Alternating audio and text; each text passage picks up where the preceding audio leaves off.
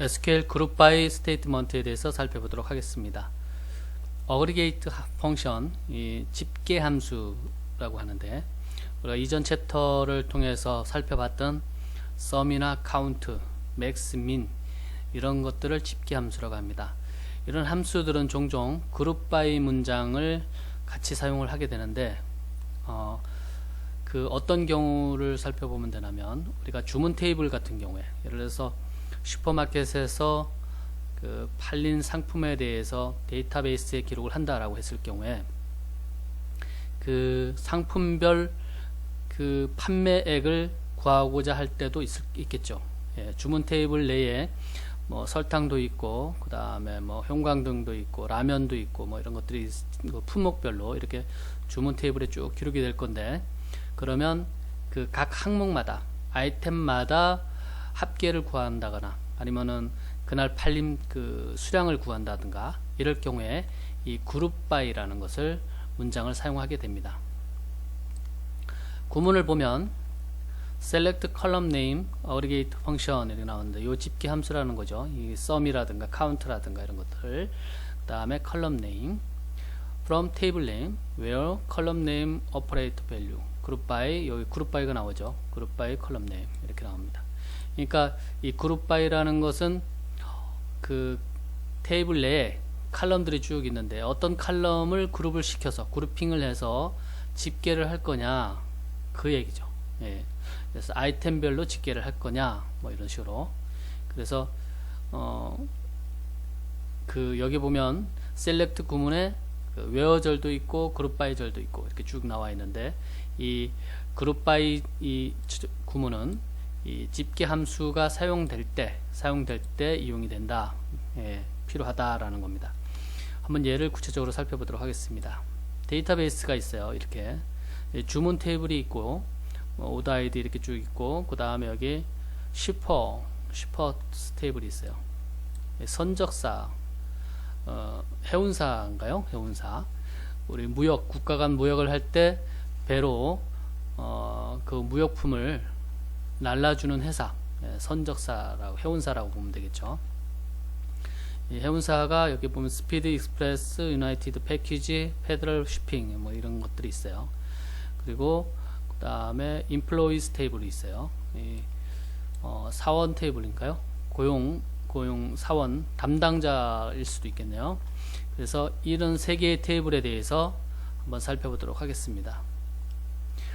SQL 그룹 바이 example 예를 살펴보면, 요 지금 그 구문을 살펴보면 이 그룹 바이가 어떤 형태로 사용되는지 알 수가 있겠죠.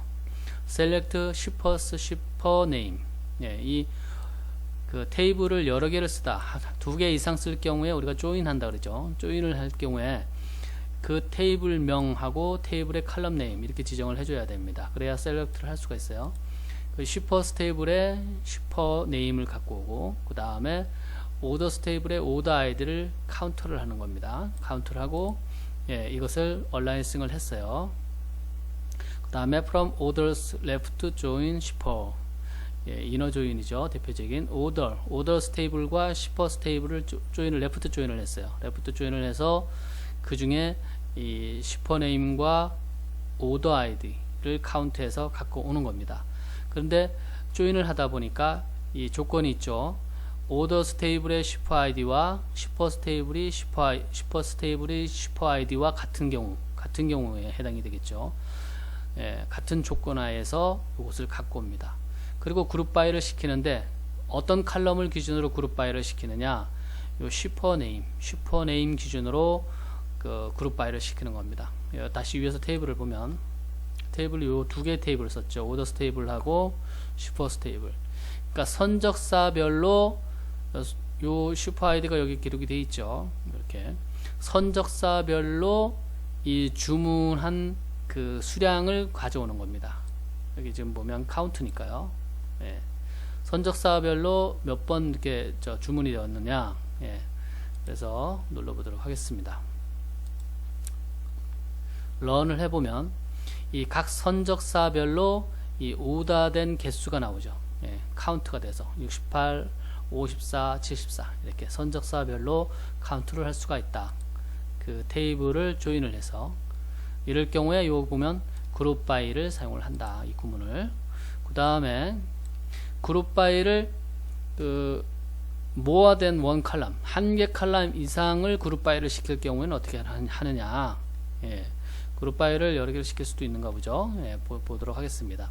select shippers shipper name, 그 다음에 employees last name, 그 다음에 count orders order ID.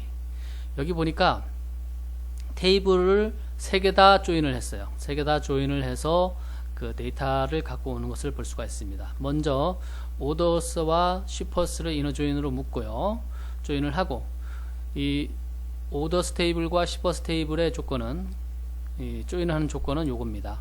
orders의 shipper ID 칼럼과 shippers의 shipper ID 이 칼럼이 일치하는 경우에 조인을 해서 갖고 오는 거죠. 그 다음에 이거에 대해서 이너 조인을 또 했어요. employees에 대해서.